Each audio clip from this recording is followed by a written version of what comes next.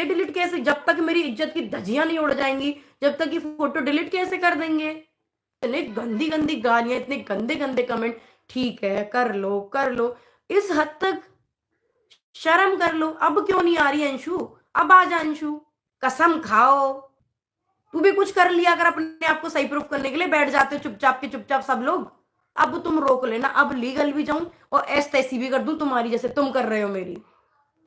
जैसा कि आप सब लोग जानते हैं कि अंशु के घर आने के बाद से ही सपना के सास ससुर बहुत ज़्यादा पछतावे में हैं कि बहू तो गई गई और अंशु भी साथ में चली गई। सपना के ससुर जी ने सपना पे बहुत ही वाहियात इल्ज़ाम लगाया था कि सपना ने अंशु का ब्रेन वॉश कर रखा था अपने पास में, या मतलब है कि सपना ने अंशु को गुलाम बना के रखा था ताकि अंशु सपना के पीछे पीछे घूमती रहे।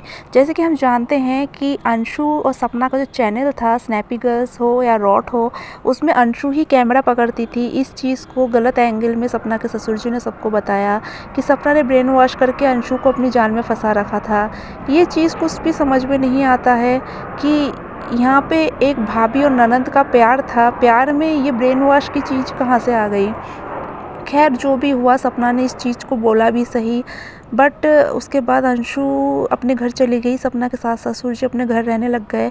अभी हाल ही में सुनने में आ रहा है सपना के ससुर जी की बहुत ज़्यादा तबीयत ख़राब है, क्योंकि उनका जो बीपी है बहुत ज़्यादा हो चुका है और वो काम ठीक तरीके से नहीं कर पा रहे हैं। यहाँ तक कि सपना की जो सासू माँ है वो भी ठीक तरीके से काम वाम नहीं कर पा रही हैं। जाहिर सी बात है, 2 बेटे चले जाने के बाद इस सदमा से उबर पाना हर किसी के बस की बात नहीं है। बोलना बहुत आसान होता है कि भूल गए हैं ऐसा वैसा, पर ऐसा नहीं होता है। आखिर बच्चे तो बच्चे ही होते हैं। बहू के साथ जो भी मनमुटाव हो, पर सच तो यही है कि उनके दोनों बेटे अब इस दुनिया में नहीं हैं।